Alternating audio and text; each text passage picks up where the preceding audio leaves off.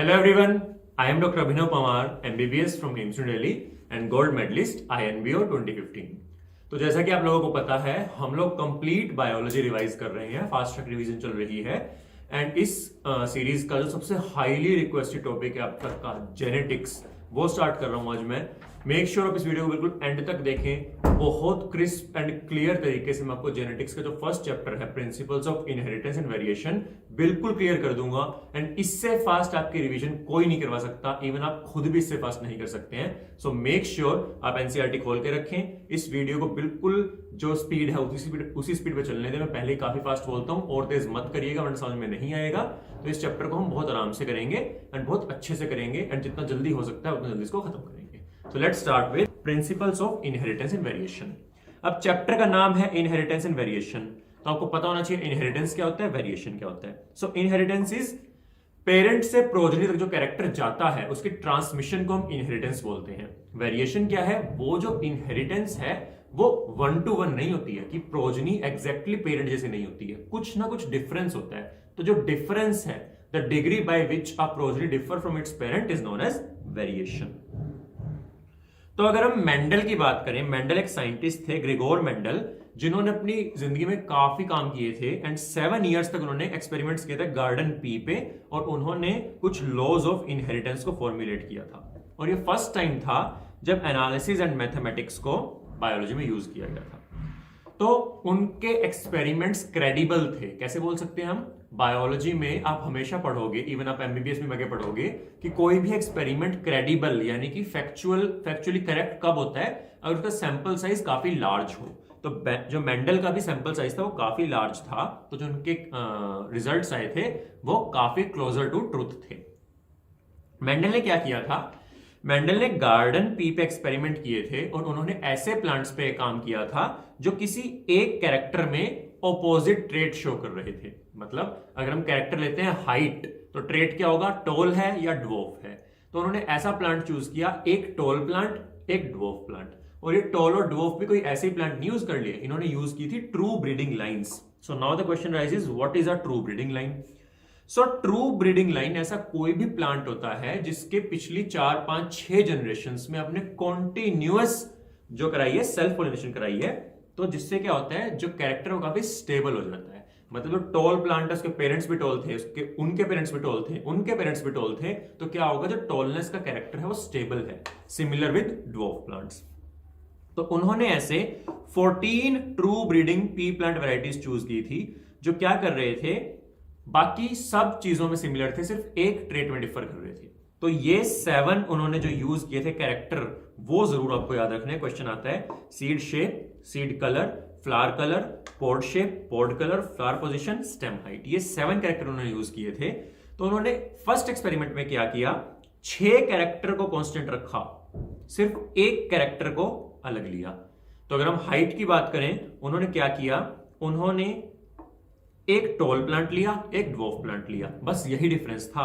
बाकी दोनों ही axial position, for example green colour, full shape, violet flower, yellow colour and round shape, ये सारे कैरेक्टर बिल्कुल सेम थे, सिर्फ एक कैरेक्टर में डिफर कर रहे थे। क्योंकि ये एक कैरेक्टर में डिफर कर रहे हैं, एक को हम बोलते हैं मोनो, और अगर आप डिफरेंट किसी चीज को क्रॉस कराते हैं उसको हम बोलते हैं हाइब्रिड बना है। अगर दो अलग अलग चीजों को क्रॉस करके एक चीज बनाते हैं वो हाइब्रिड है। So this is known as mono hybrid crossing.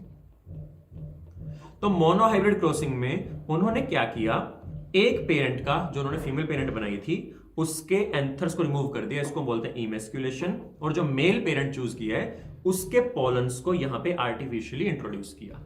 ऐसा करने से जो सीड्स डेवलप हुए, उन सीड्स को उन्होंने जर्मिनेट किया, प्लांट्स बनाए, एंड जो फर्स्ट जनरेशन बनी है ऐसे, मतलब पेरेंट्स के क्रॉस के बाद सीड्स बने, सीड्स को ग्रो करने के बाद जो पहला प्लांट आया है वो फर्स्ट जनरेशन है, उसको हम बोलते हैं F1 जनरेशन या फिलियल 1 जनरेशन।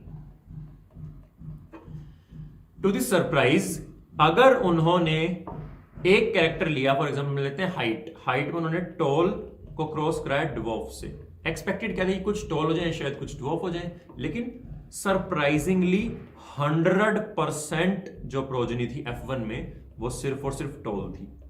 जब उन्होंने बाकी 6 कैरेक्टर्स भी लिए तो हमेशा हुआ कि F1 प्रोजनी में सिर्फ और सिर्फ एक पेरेंट जैसा ट्रेट आया, दूसरा पेरेंट 0% शो हुआ।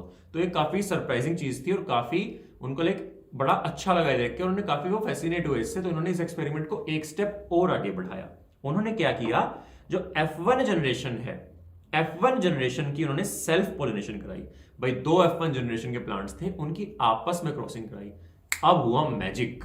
अब जो सेकंड जनरेशन हुई है F1 जनरेशन की क्रॉसिंग से जो सीड बने, जब उन्होंने उनको ग्रो करा, अब क्या हुआ, अब कुछ प्लांट्स उस पेरेंट को रिजेंबल कर रहे थे जो F1 में गायब हो गया था। तो अब कुछ प्लांट्स ड्वार्फ थे हमारे एग्जांपल में, कुछ प्लांट्स टॉल थे। और अभी मैजिक खत्म नहीं हुआ है। जब इन्होंने इसकी परसेंटेज काउंट की तो हर बार जो रिजल्ट आया वो लगभग सेम था। क्या था कि जो पेरेंटल कैरेक्टर F1 जनरेशन में आया था वो 75% या 3/4 F2 में भी आया, पर जो पेरेंटल कैरेक्टर 0% था F1 में, वो 1/4 या 25% आया F2 में। और ये जो रेशियो था ये भी फिक्स था 7 के 7 कैरेक्टर के लिए। तो इसको देख के उन्होंने कुछ लॉज को फॉर्मुलेट किया कि क्या हो रहा होगा। तो और इवन क्या हुआ कि जो टॉल और ड्वार्फ प्लांट थे वो बिल्कुल आइडेंटिकल थे। मतलब अगर एक टॉल प्लांट इतना है, ड्वार्फ इतना है, तो जो प्रोजनी में भी टॉल और ड्वार्फ है वो टॉल इतना है, ड्वार्फ इतना है। कोई भी मिडिल ग्राउंड नहीं था। मतलब ऐसा नहीं था कि मिक्सचर हो जाए, टॉल और ड्वार्फ मिलकर एक मिडिल हाइट का बन जाए, ऐसा नहीं हुआ। या तो टॉल था या ड्वार्फ था। तो इसके बेस पे उन्होंने प्रपोज किया कि कुछ तो चीज है जो स्टेबली पास हो रही है पेरेंट से जनरेशन में, ऑफस्प्रिंग में। So something is being passed down generation after generation stably. तो वो चीज उन्होंने नाम दिया फैक्टर का। आज हम जानते हैं कि फैक्टर एक्चुअली जीन्स होते हैं जो पेरेंट से ऑफस्प्रिंग में स्प्रेड होते हैं। बट मेक श्योर आप याद रखें कि मेंडल ने कभी भी जीन वर्ड यूज नहीं किया था, उन्होंने फैक्टर बोला था। फन फैक्ट, कभी भी पुराने साइंटिस्ट्स को किसी चीज का डाउट होता था, किसी का केमिकल नेचर नहीं पता है, उन्हें इतना पता है कि ये चीज कुछ करती है पर केमिकली वो क्या है उन्हें आज नहीं पता है, वो उसको फैक्टर बोल देते थे। तो आपने सुना होगा शायद intrinsic factor, extrinsic factor, clotting factors, ये फैक्टर। तो आज हमें पता है कि फैक्टर्स आर एक्चुअली जीन्स, जो मेंडल ने फैक्टर यूज किया था। जीन्स क्या होते हैं? Genes are the units of inheritance जो इंफॉर्मेशन कंटेन करते हैं किसी भी ऑर्गेनिज्म में कोई अगर ट्रेट शो करना है तो नेक्स्ट वर्ड जो आपको पता होना चाहिए दैट इज अलील्स। तो अलील क्या है? अब आपको इतना पता होगा कि मैक्सिमम जो हायर ऑर्गेनिजम्स होते हैं वो डिप्लॉयड होते हैं। डिप्लॉयड का मतलब उनके पास 2 सेट्स ऑफ क्रोमोसोम होते हैं। तो अगर एक क्रोमोसोम नंबर 1 है, इसके 2 सेट होंगे, एक मदर से आया होगा इस ऑर्गेनिज्म के, एक फादर से आया होगा। एक क्रोमोसोम के सेम पोजीशन पे सेम कैरेक्टर का जीन होता है। फॉर एग्जांपल अगर मैं बोलूं इस क्रोमोसोम की इस पोजीशन पे हाइट का जीन है, हमेशा जीन सेम होगा, लेकिन ट्रेट अलग हो सकता है। ट्रेट मतलब हाइट टॉल है या ड्वार्फ है वो अलग हो सकता है, पर होगा हाइट का ही जीन। तो अगर यहां पे मानो ये टॉल बोल रहा है और ये ड्वार्फ बोल रहा है, जरूरी नहीं अलग हो, सेम भी हो सकता है, दोनों टॉल बोले दोनों ड्वार्फ बोले। तो इन 2 copies of a same gene को हम बोलते हैं अलील्स। तो अलील क्या है? अलील is a slightly different form of a same gene which may or may not code for the same trait। इसको ना एग्जांपल से बताता हूं। एनसीईआरटी ने आगे बताया हुआ है कि डोमिनेंस के कॉन्सेप्ट में कि एलील क्या होता है, मैं यही एक्सप्लेन कर देता हूं। फॉर एग्जांपल एक जीन है, जीन क्या होता है? डीएनए की सीक्वेंस होती है, कोई भी सीक्वेंस सोच लो, AGCCTAGGC एक जीन है। आपको पता है कि इसकी 2 कॉपी होंगी डिप्लॉयड ऑर्गेनिज्म के पास, एक मैटरनल क्रोमोसोम पे एक पैटर्नल क्रोमोसोम पे, सेम होगा। हम लेके चलते हैं कि ये जो जीन है ये मान लो एक एंजाइम है पेप्सिन, उसको कोड करता है। अब क्या होगा, किसी ऑर्गेनिज्म में ड्यूरिंग डीएनए रेप्लिकेशन यहां पे छोटी सी म्यूटेशन आ जाए, इस ए की जगह मानो टी आ जाए। तो अब क्या हुआ, ए की जगह टी आ गया। अब क्या क्या पॉसिबिलिटीज है? ये वाला जो नई सीक्वेंस बनी है, हो सकता है ये भी पेप्सिन को कोड करे, हो सकता है ये इनएक्टिव पेप्सिन को कोड करे, या हो सकता है ये किसी को कोड ही ना करे। समझ रहे हो क्या है? ये स्लाइटली डिफरेंट फॉर्म है उसी जीन की, लेकिन हो सकता है ये सेम है, हो सकता है ये अलग है। इसी को हम अलील बोलते हैं। तो अलील कुछ नहीं है, अलील एक ऐसा जीन है जिसमें थोड़ी म्यूटेशन आ गई और फिर वो एक पॉपुलेशन में स्प्रेड कर गया। तो ऑब्वियसली नेक्स्ट क्वेश्चन आपके माइंड में आना चाहिए कि किस म्यूटेशन को हम अलील कब बोलेंगे। तो एक क्वेश्चन है आप लोगों का, कमेंट बॉक्स में आंसर बताइए। एनसीईआरटी में दिया हुआ है किसी और चैप्टर में कि एक अलील कब कहलाया जाता है, कोई एक म्यूटेशन है उसको अलील कब बोलोगे, ये गिवन है। ठीक है, कमेंट सेक्शन में जरूर बताना।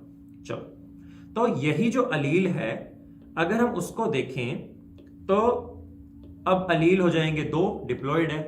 अब यूजुअली क्या होता है, दोनों अलील्स में से एक करता है डोमिनेट दूसरे पे। डोमिनेट का क्या मतलब है कि अगर दो अलील, दो डिफरेंट अलील सेम टाइम में प्रेजेंट है सेम ऑर्गेनिज्म में, उनमें से जो अलील अपना ट्रेट शो करे उसको हम बोलते हैं डोमिनेंट अलील। एग्जांपल देता हूं, एक प्लांट है उसमें एक टॉलनेस का अलील है, एक ड्वार्फनेस का अलील है। क्या क्या पॉसिबिलिटी है, या तो प्लांट टॉल होगा या प्लांट ड्वार्फ होगा, लेकिन हमेशा प्लांट टॉल मिलेगा अगर उसमें एक टॉलनेस का अलील है और एक ड्वार्फनेस का अलील है। कहने का मतलब टॉलनेस का अलील इज डोमिनेंट ओवर ड्वार्फनेस का अलील और ड्वार्फनेस का अलील इज रिसेसिव ओवर टॉलनेस का अलील। तो इस केस में हम क्या करते हैं, जो ट्रेट है टॉल और ड्वार्फ है, कैरेक्टर क्या है हाइट, ट्रेट क्या है टॉल या ड्वार्फ, डोमिनेंट क्या है टॉलनेस डोमिनेंट है। तो हम डोमिनेंट वाले ट्रेट का फर्स्ट अल्फाबेट उठाते हैं और उससे हम अलील रिप्रेजेंट करते हैं। सो डोमिनेंट अलील बन जाएगा कैपिटल टी और रिसेसिव अलील बन जाएगा स्मॉल टी।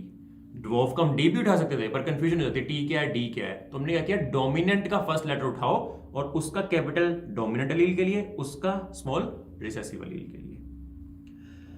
तो अब प्लांट जो है पी प्लांट वो भी डिप्लॉयड है। अब अगर उसके पास एक मानो एक क्रोमोसोम है, उसकी सेम पोजीशन पे यहां हाइट का जीन है, क्या क्या पॉसिबिलिटी है, दोनों जगह कैपिटल टी हो सकता है, दोनों जगह स्मॉल टी हो सकता है, या फिर एक जगह कैपिटल टी हो दूसरी जगह स्मॉल टी हो। ये तीन ही पॉसिबिलिटीज तो है। तो अगर मैं दोनों को मिला के लिखूंगा, फर्स्ट पॉसिबिलिटी है ये, सेकेंड पॉसिबिलिटी है ये, थर्ड पॉसिबिलिटी है ये। समझ रहे हो, ये और ये दोनों मिलके हाइट जो है वो टॉल कर देंगे। दोनों में से कुछ भी हो टॉल हो जाएगा। लेकिन अगर दोनों ही रिसेसिव हैं तब जाके प्लांट ड्वार्फ होगा। तो टॉल है या ड्वार्फ है, ये उसका मॉर्फोलॉजिकल फीचर है। एंड मॉर्फोलॉजिकल फीचर को हम बोलते हैं फिनोटाइप।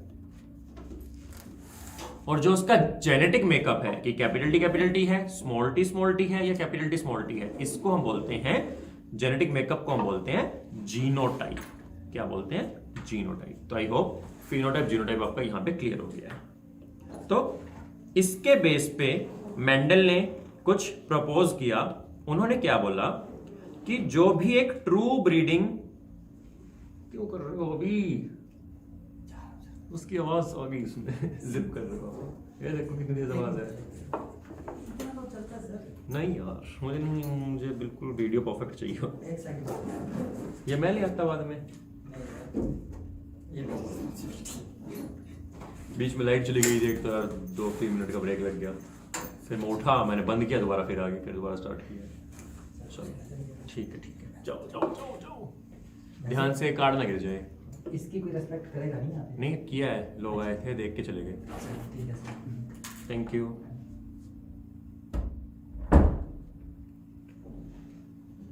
सो इसके बेस पे मेंडल ने कुछ प्रपोज किया। उन्होंने बोला कि इन अ ट्रू ब्रीडिंग टॉल या ड्वार्फ पी वैरायटी, जो दोनों ही अलील हैं वो आइडेंटिकल है या वो सिमिलर है। और आपको पता है बायोलॉजी में अगर कोई चीज सेम होती है उसको हम होमो वर्ड से रिप्रेजेंट करते हैं। तो ऐसी कंडीशन को होमोजाइगस बोला गया। मतलब जो क्रोमोसोम के दोनों पोजीशन पे अगर सेम अलील है तो उसको बोलते हैं होमोजाइगस। सेम कुछ भी हो सकता है दोनों कैपिटल है, हो सकता है दोनों स्मॉल है, लेकिन होमोजाइगस है। लेकिन दूसरा केस जहां पे आपका हेट्रोजाइगस है प्लांट F1 में, वहां पे एक अलील डोमिनेंट है एक अलील रिसेसिव है, इसको उन्होंने हेटेरोजाइगस बोला। सो आई होप डोमिनेंट रिसेसिव का कॉन्सेप्ट यहां पे क्लियर हुआ होगा।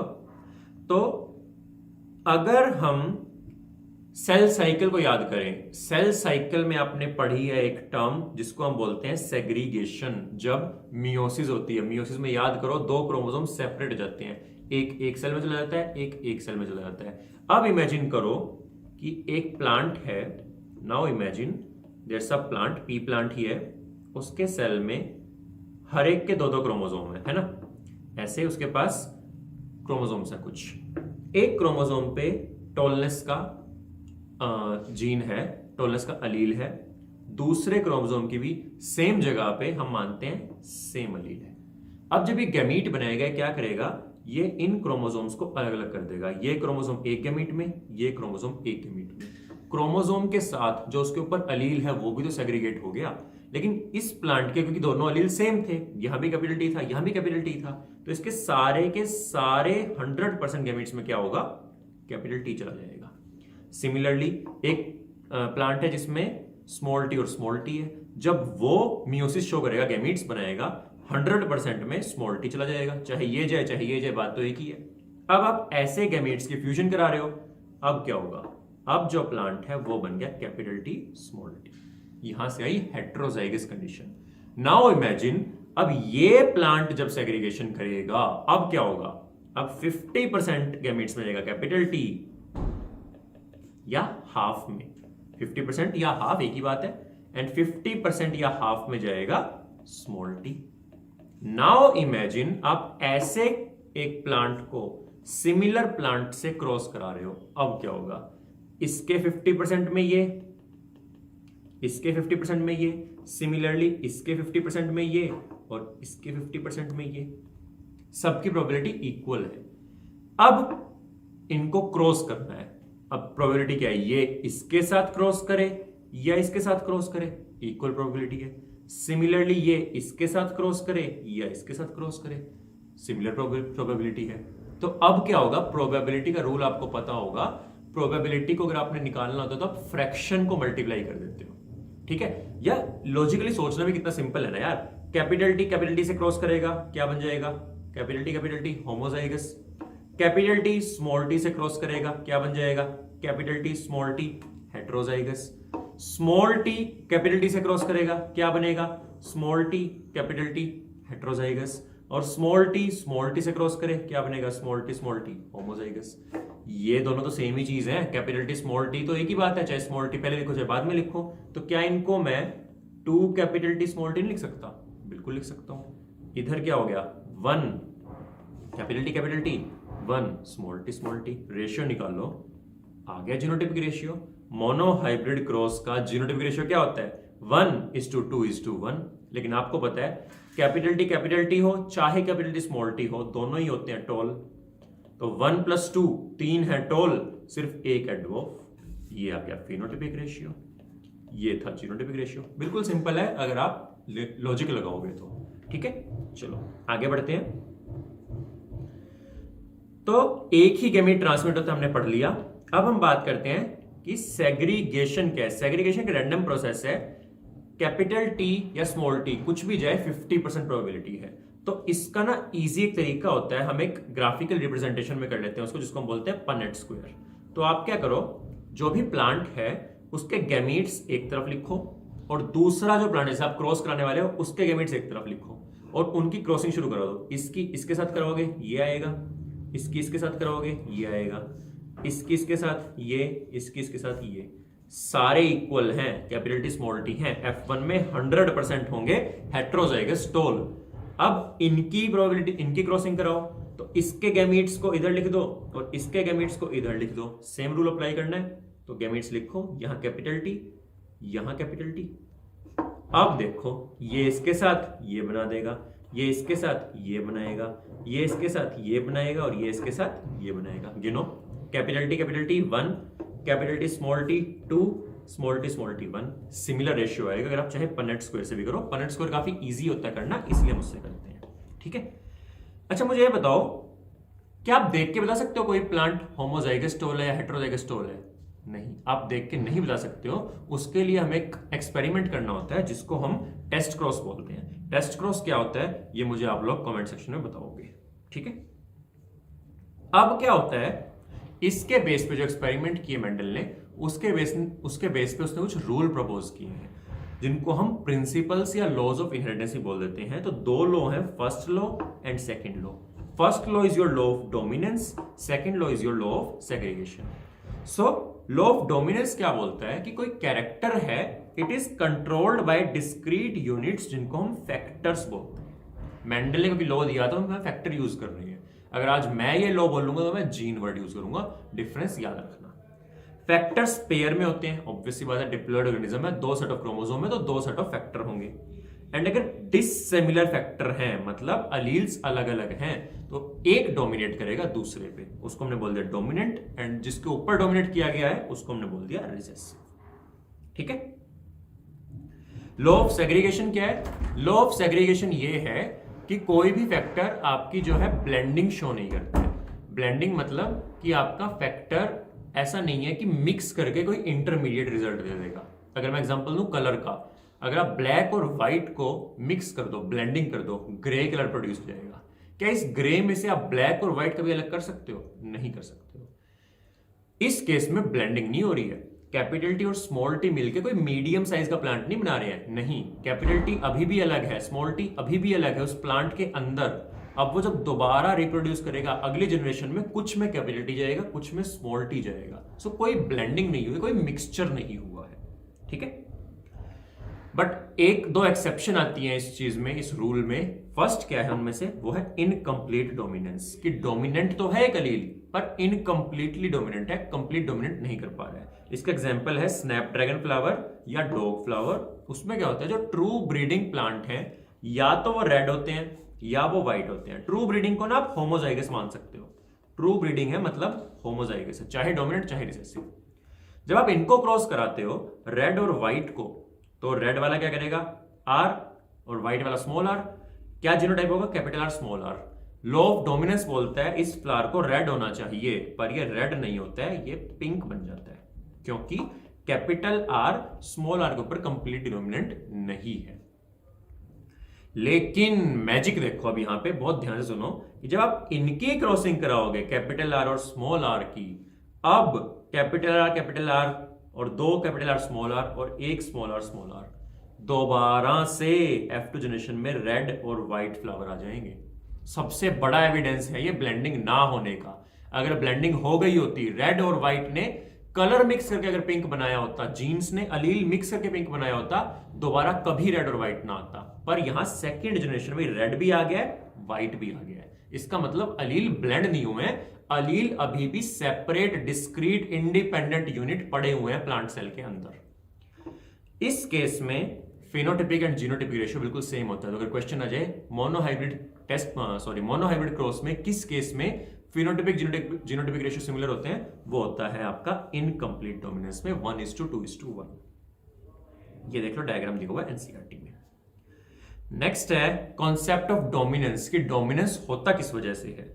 तो मैंने आपको बताया, एंजाइम वाला एग्जांपल दिया था ना, पेप्सिन वाला।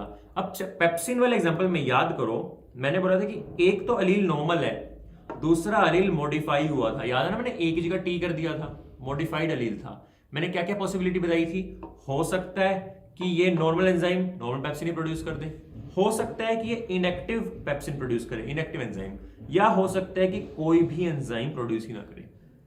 नाउ दिमाग लगाओ और सोचो, अगर एक प्लांट है या कोई एक एनिमल है, कोई भी एक सेल है बेसिकली, जिसके पास एक नॉर्मल एलील है, एक मॉडिफाइड एलील है, क्या वो पेप्सिन प्रोड्यूस करेगा? यस करेगा। क्यों? क्योंकि नॉर्मल अलील उसके पास एक है। डजंट मैटर सेकंड वाला अलील क्या कर रहा है, वो कुछ कर रहा है नहीं कर रहा है, डजंट मैटर, वो पेप्सिन प्रोड्यूस कर रहा है। पेप्सिन प्रोड्यूस करना उसका फिनोटाइप है।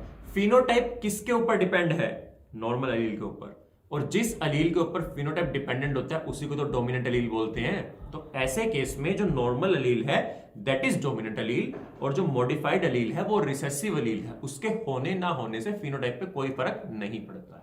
ठीक है। तो कॉन्सेप्ट ऑफ डोमिनेंस यही है। नेचर में ऐसे बहुत सारे जीन्स हैं जिनकी जो अलीलिक पेयर है वो ऐसी है कि जो नॉर्मल अलील है वो डोमिनेंट है, मॉडिफाइड अलील रिसेसिव है। ठीक है। चलो फिर आता है एक बहुत ही स्पेशल सिचुएशन जिसको हम बोलते हैं कोडोमिनेंस। कोडोमिनेंस क्या है? इनकम्प्लीट डोमिनेंस में F1 किसी को रिजेंबल नहीं कर रहा था, ना वो रेड था ना वो व्हाइट था, वो पिंक था। ये बिल्कुल ऑपोजिट है। कोडोमिनेंस में F1 दोनों को रिजेंबल कर रहा है और इसका क्लासिकल एग्जांपल है ह्यूमन एबीओ ब्लड ग्रुपिंग। तो अगर आप ह्यूमन ब्लड ग्रुपिंग देखोगे, एबीओ ब्लड ग्रुपिंग, ये कंट्रोल होती है एक जीन से जिसके 3 अलील हैं। जीन का नाम है आई और उसके 3 अलील हैं, capital A, capital B and small I. So I A, I B, small I, ये 3 अलील है। ऑब्वियस सी बात है, ह्यूमन, एक सिंगल ह्यूमन बीइंग में कितने अलील होंगे? 2 ही तो होंगे। एक ह्यूमन के पास तो 2 ही क्रोमोसोम है और उस क्रोमोसोम पे सेम लेवल पे सेम अलील होगा, तो 3 में से कोई 2 होते हैं। तो अब क्या क्या पॉसिबिलिटीज हो सकती हैं? अगर मैं पॉसिबिलिटी सारी लिख दूं, आपको दिखेगा ये सारी पॉसिबिलिटीज हैं। यही 6 पॉसिबिलिटी है जीनोटाइप की। अब इनमें से कुछ तो बहुत सिंपल है कि जो स्मॉल आई है वो रिसेसिव है। कैपिटल ए हो जाए तो भी रिसेसिव है, कैपिटल बी आ जाए तो भी रिसेसिव है। तो अगर आई ए स्मॉल आई आ गया, ब्लड ग्रुप क्या होगा? डोमिनेंट के हिसाब से होगा, ब्लड ग्रुप होगा ए। आई बी स्मॉल आई आ गया, ब्लड ग्रुप होगा बी। आई ए होगा, फिर से ए। आई बी होगा, फिर से बी। यहां तक बिल्कुल सिंपल है। स्मॉल आई का दोनों रिसेसिव होंगे तो ओ होगा। फन फैक्ट, ये ओ एक्चुअली नील या 0 था। क्यों? क्योंकि अगर दोनों स्मॉल आई हो जाते हैं तो आरबीसी के सरफेस पे कोई भी एंटीजन प्रोड्यूस नहीं होता है, तो नील एंटीजन, इसलिए इसको हमने नील लिखा, जो बाद में ओ कहलाया गया। ए के केस में ए एंटीजन होता है, बी के केस में बी एंटीजन होता है, ओ के केस में कोई एंटीजन नहीं होता। लेकिन अगर ए और बी दोनों एक साथ आ जाते हैं, दोनों में से कोई झुकने को तैयार नहीं है, ए बोलेगा ए एंटीजन होगा, बी बोलेगा बी एंटीजन होगा, इस केस में दोनों एंटीजन होंगे। तो ए बी ब्लड ग्रुप में कोडोमिनेंस शो होती है।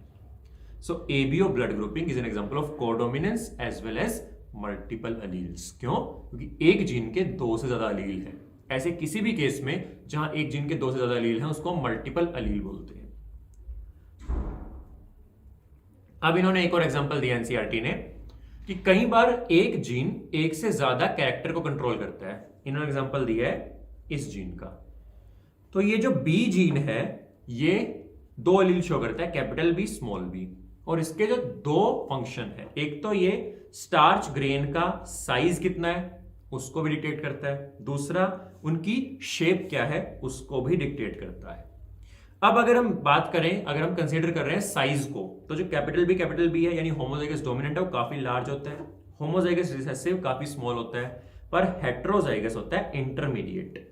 तो ना तो वो लार्ज है ना वो स्मॉल है, वो बीच का है। अगर आप सिर्फ इसको कंसीडर करो तो आपको लगेगा capital B is incompletely dominant over small B. पर जब आप दूसरा कैरेक्टर देखते हो, अगर आप शेप देखते हो, देन कैपिटल बी राउंड होता है, स्मॉल बी रिंकल्ड होता है, पर capital B small B heterozygous round होता है। इस केस को अगर कंसीडर करोगे तो आपको लगेगा कैपिटल बी कंप्लीटली डोमिनेंट है स्मॉल बी के ऊपर। तो क्या फंडा है, ये मिसमैच कैसे? एक्चुअली डोमिनेंस किसी अलील का ऑटोनोमस फीचर नहीं है। मतलब ऐसा नहीं है कि ये अलील आ गया तो ये हमेशा डोमिनेंट होगा इसके ऊपर, नहीं। अगर वो एक से ज्यादा कैरेक्टर को अफेक्ट कर रहा है, हो सकता है वो किसी एक में डोमिनेंट हो, किसी एक में ना हो, किसी एक में इनकम्प्लीटली हो, किसी एक में को डोमिनेंट हो। तो अगर आपको डोमिनेंट या रिसेसिव अलील देखना है तो आप अलील तो देखोगे ही, साथ में जो जो कैरेक्टर्स को वो अलील इन्फ्लुएंस कर रहा है आपको उन कैरेक्टर को भी देखना पड़ेगा, क्योंकि हो सकता है वो एक कैरेक्टर में डोमिनेंट हो, एक में ना हो। फिर आती है बात 2 जीन्स के इनहेरिटेंस की। तो अब क्या करते हैं, तो 7 पेयर याद करो, 7 पेयर्स ली थी ना मेंडल ने, उनमें से 5 को कांस्टेंट कर दो, 2 को अलग कर दो। तो 2 कैरेक्टर में आप अलग कर रहे हो। तो एग्जांपल क्या दिया हुआ है भाई, एक कलर हो गया यहाँ पे येलो, एक कलर होगा ग्रीन, ये अलग है। दूसरा एक शेप होगी राउंड, एक शेप होगी रिंकल्ड, ये भी अलग है। तो जब आपने येलो और राउंड को रिंकल और ग्रीन के साथ क्रॉस कराया तो जो एक्सपेक्टेड था वही हुआ। F1 में जो प्लांट थे, सारे प्लांट वो सिर्फ और सिर्फ राउंड और येलो थे, क्योंकि roundness is dominant over wrinkleness and yellow is dominant over green. और जब आपने इसको क्रॉस कराया तब हुआ मैजिक। तो अगर मैं लिखता हूं कि मैंने RRYY, ये क्या होगा? ये होगा। जब इसको क्रॉस कराया है स्मॉल y के साथ, तो जो F1 जनरेशन बनेगी उसका जीनोटाइप होगा capital R small r, capital Y small y। अब इसके गैमेट्स बनाओ, इसके गैमेट क्या क्या बनेंगे? इसके R इसके साथ भी जा सकता है, R स्मॉल y के साथ भी जा सकता है। Similarly small r capital Y के साथ भी जा सकता है, स्मॉल r स्मॉल y के साथ भी जा सकता है। यहां पे भी सेग्रीगेशन इंडिपेंडेंट है। कैपिटल आर कैपिटल वाई के साथ जाए या स्मॉल वाई के साथ जाए, या स्मॉल आर कैपिटल वाई के साथ जाए, स्मॉल वाई के साथ जाए, ये कंप्लीटली इंडिपेंडेंट है। तो कैपिटल आर 50% में जाएगा, स्मॉल आर 50% में, कैपिटल वाई 50% में, स्मॉल वाई 50% में। और किस में आर जा रहा है किस में वाई आ रहा है वो एक दूसरे पर डिपेंडेंट नहीं है। ऐसा नहीं है कि कैपिटल आर कैपिटल वाई के साथ ज्यादा जाएगा, नहीं, वो इंडिपेंडेंटली सेग्रीगेट हो जाएगा। ठीक है, तो गैमीट्स इक्वल फ्रीक्वेंसी में बनेंगे। तो अगर आप पनेट स्क्वायर बनाओ और गैमीट्स को डिनोट करो यहां पे एक पेरेंट के, यहां पे दूसरे पेरेंट के, और क्रॉसिंग कराओ, आपको दिखेगा कि अब हर तरीके की फिनोटाइप पॉसिबल है। इस केस में जो रेशियो होगा वो 9:3:3:1 होगा। 9 किसका होगा? दोनों डोमिनेंट, राउंड भी येलो भी। 3 किसका होगा? एक डोमिनेंट, या तो राउंड या येलो। और जो कंप्लीटली रिसेसिव है, दोनों तरफ से रिसेसिव है, वो सिर्फ 1 होगा। तो इस केस में जो फिनोटाइपिक रेशियो है दैट इज 9:3:3:1। ठीक है, जीनोटाइपिक रेशियो एक बार देख लेना, काफी कॉम्प्लेक्स सा बनेगा, तो उसको आप एक बार देख के कमेंट सेक्शन में बता सकते हैं। तो इसके बेस पे लॉ आया, लॉ ऑफ इंडिपेंडेंट असॉर्टमेंट, कि अगर 2 पेयर ऑफ ट्रेट को आप कंबाइन कर दो एक हाइब्रिड में, तो एक पेयर की segregation is independent of another pair की सेग्रीगेशन। मतलब अपने एग्जांपल में R small R independently segregate होंगे, वो वाई पे डिपेंडेंट नहीं है। तो आर किस गैमीट पे जाएगा, कैपिटल आर किस गैमीट पे जाएगा, ये डिपेंडेंट नहीं है कि वाई उसमें जा रहा है नहीं जा रहा है, नहीं, आर वाई से इंडिपेंडेंट है, वाई आर से इंडिपेंडेंट है। This is law of independent assortment. अब मेंडल ने अपना वर्क पब्लिश कर दिया था 1865 में, बट उनका जो वर्क था वो काफी लंबे टाइम तक अनरिकॉग्नाइज्ड रहा। मेनली काफी रीजन थे। एक तो था कम्युनिकेशन इजी नहीं थी, दूसरा जीन और फैक्टर स्टेबल हैं और ब्लेंडिंग शो नहीं करते। मेंडल ने ये बोला, पर आप नेचर में देखो, नेचर में आपको कॉन्टिन्यूस वेरिएशन दिखती है। आप ह्यूमन हाइट देख लो, ऐसा थोड़ी ना कि हम सिर्फ टॉल होते हैं और ड्वार्फ होते हैं, हम बीच में हर एक हाइट में होते हैं। तो लोगों को लगा नहीं यार ब्लेंडिंग हो रही होगी तभी तो ऐसी हाइट होती है। उसका रीजन कुछ और होता है, पर उस टाइम के लोगों को नहीं पता था। उस टाइम लोगों ने बोला कि स्किन कलर ले लो, आप हाइट ले लो, आप आईक्यू ले लो, हर एक चीज में कॉन्टिन्यूस वेरिएशन है। बिना ब्लेंडिंग के कैसे होगा? ये एक्चुअली हो जाता बिना ब्लेंडिंग के, पर उस टाइम के लोगों ने मेंडल को मना कर दिया कि नहीं यार आप गलत बोल रहे हो, ब्लेंडिंग होती है। और तीसरा, मैथमेटिक्स कैसे यूज कर ली बायोलॉजी में, उस टाइम में तो ये अनहर्ड ऑफ था। आप साइंस को बायो से स्टिक करो, मैथ को मैथ बनाओ, फिजिक्स को फिजिक्स रखो, ऐसा उस टाइम पे डोगमा था। तो इस वजह से मेंडल का जो वर्क था वो अनरिकॉग्नाइज्ड रहा। एक और चीज, उन्होंने कोई फैक्टर का फिजिकल प्रूफ नहीं दिया। ऑब्वियसली अगर वो फिजिकल प्रूफ दे देते कि वो फैक्टर है क्या चीज, तो वो फैक्टर ही ना बोलते, वो उसको कुछ और बोलते। चलो, देन 1900 में 3 साइंटिस्ट आए, डेवराइज, कोरेंस एंड वॉन शेमाक। इन्होंने इंडिपेंडेंटली रीडिस्कवर किया मेंडल का वर्क। इंडिपेंडेंटली किया, ध्यान रखना है। उन्होंने क्या देखा कि जस्ट बिफोर सेल डिवीजन एक स्ट्रक्चर है न्यूक्लियस में जो डिवाइड हो रहा है डबल होने के बाद। मतलब पहले वो डबल होता है, फिर वो डिवाइड हो जाता है, उसके बाद सेल डिवाइड करता है। उन्होंने इसका नाम दिया क्रोमोसोम। क्रोमो वर्ड का मतलब होता है कलर्ड, है ना। गूगल क्रोम है ना, क्रोम का भी देखना क्या लोगो है, 4 कलर उस लोगो में। क्रोम का मतलब ही होता है कलर। तो क्रोमोसोम उन्होंने बोला। और 1902 में क्रोमोसोम की क्या मूवमेंट होती है मियोसिस में, भाई कब वो मिलेंगे, कब उनमें क्रॉसिंग ओवर होगी, कब वो डिटैच हो जाएंगे, ये सारा काम हो चुका था। देन उन्होंने देखा, 2 साइंटिस्ट आए, Walter Sutton and Theodor Boveri. उन्होंने देखा कि जो क्रोमोसोम का बिहेवियर था वो सेम था जीन्स के बिहेवियर पे। तो उन्होंने क्रोमोसोमल मूवमेंट को एक्सप्लेन किया, यूज किया मेंडल के लॉ एक्सप्लेन करने में। क्यों? क्योंकि यार जीन कहां है, क्रोमोसोम पे तो है। तो अगर क्रोमोसोम असॉर्ट हो रहे हैं इंडिपेंडेंटली, तो उनके ऊपर जो जीन होंगे वो भी तो असॉर्ट हो जाएंगे। इमेजिन करो, एक क्रोमोसोम की पेयर यहां है, एक क्रोमोसोम की पेयर यहां है। इसके ऊपर हमारे वही एग्जांपल येलो और ग्रीन वाले एलील हैं, इसके ऊपर राउंड और रिंकल वाले एलील हैं। अब जहां ये क्रोमोसोम जाएगा, राउंड एलील भी तो वहां चला गया। जहां इनमें से क्रोमोसोम जाएगा, चाहे रिंकल जाए चाहे राउंड जाए, वो एलील भी तो क्रोमोसोम के साथ चला गया। तो क्रोमोसोम की मूवमेंट नहीं तो एक्चुअली जीन की मूवमेंट कराई है। और वो मूवमेंट इंडिपेंडेंट है कि ये क्रोमोसोम चाहे इसके साथ जाए चाहे इसके साथ जाए, वो इसके ऊपर डिपेंडेंट नहीं है। अब ये जो डायग्राम दिया हुआ है, ये मैक्सिमम बच्चे छोड़ो टीचर्स भी गलत बता देते हैं कि ए और बी में क्रोमोसोम कौन सा है, जीन कौन सा है। ए पेयर में होता है, बी भी पेयर में होता है, ए भी सेग्रीगेट होता है, बी भी सेग्रीगेट होता है। डिफरेंस क्या है, ए इंडिपेंडेंट पेयर हमेशा इंडिपेंडेंटली सेग्रीगेट होगी, लेकिन बी में क्या होगा, वन पेयर हमेशा इंडिपेंडेंटली सेग्रीगेट होगी अनदर पेयर की। वीडियो को यहीं पॉज करो, 2 मिनट सोचो और बताओ ए कौन सा है, बी कौन सा है, उसके बाद मैं आंसर करूंगा। वीडियो पॉज करो, सोच लिया आंसर, बताऊं मैं। एक्चुअली ए है जीन, बी है क्रोमोसोम। कैसे? A gene independent pair segregate independently of each other, मतलब पेयर को इंडिपेंडेंट होना पड़ेगा। तो अगर कोई पेयर इंडिपेंडेंट है इसका मतलब कोई पेयर डिपेंडेंट भी है। यस, एक क्रोमोसोम पे एक ही जीन थोड़ी ना होता है, एक क्रोमोसोम पे मल्टीपल जीन्स होते हैं और वो जो जीन्स हैं वो एक दूसरे के ऊपर इंडिपेंडेंट नहीं है। जहां ये क्रोमोसोम जाएगा इसके ऊपर उन जीन्स के जो जो एलील्स हैं वो भी एक साथ चले जाएंगे ना। समझ में आ रहा है? इसी को हम लिंकेज बोलते हैं। लिंकेज एंड रिकॉम्बिनेशन मैंने एक बहुत प्यारी वीडियो बनाई है, बहुत अच्छी वीडियो, मैं ऊपर लिंक करवा दूंगा, प्लीज जाके देखना यार। लिंकेज एंड रिकॉम्बिनेशन बिल्कुल क्रिस्टल क्लियर हो जाएगा।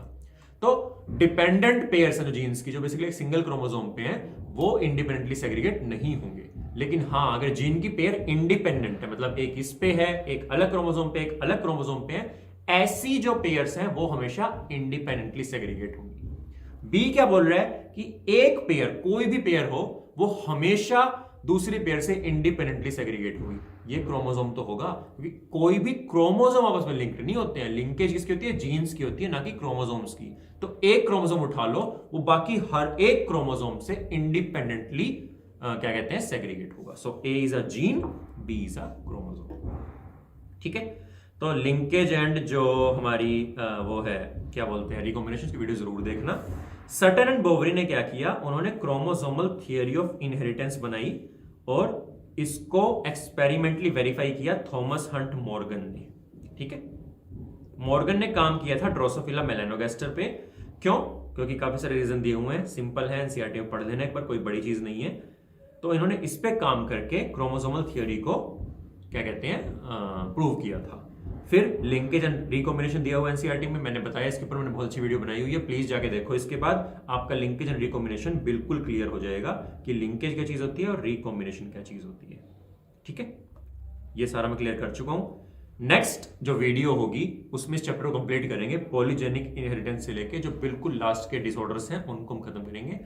बहुत मेहनत लगती है वीडियो बनाने में यार, प्लीज मेक श्योर आप वीडियो को लाइक कर रहे हैं, शेयर कर रहे हैं, कमेंट कर रहे हैं, and please subscribe to my channel.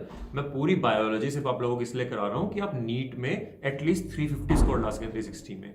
तो आप पूरे दिन में बायोलॉजी मत करो, सिर्फ मेरी वीडियोस देखो, आपकी रिवीजन इतनी अच्छी करा दूंगा मैं, आप इससे फास्ट खुद भी नहीं पढ़ पाओगे। तो वीडियो अच्छे से देख ली, आपकी रिवीजन वहीं पे खत्म है। ठीक है, सो मेक श्योर आप वीडियो को जरूर देखें, चैनल को लाइक करें, सब्सक्राइब करें सॉरी, और जो बेल आइकन उसको प्रेस कर दें कि जैसे ही मैं वीडियो अपलोड करता हूं आपके पास नोटिफिकेशन आ जाए।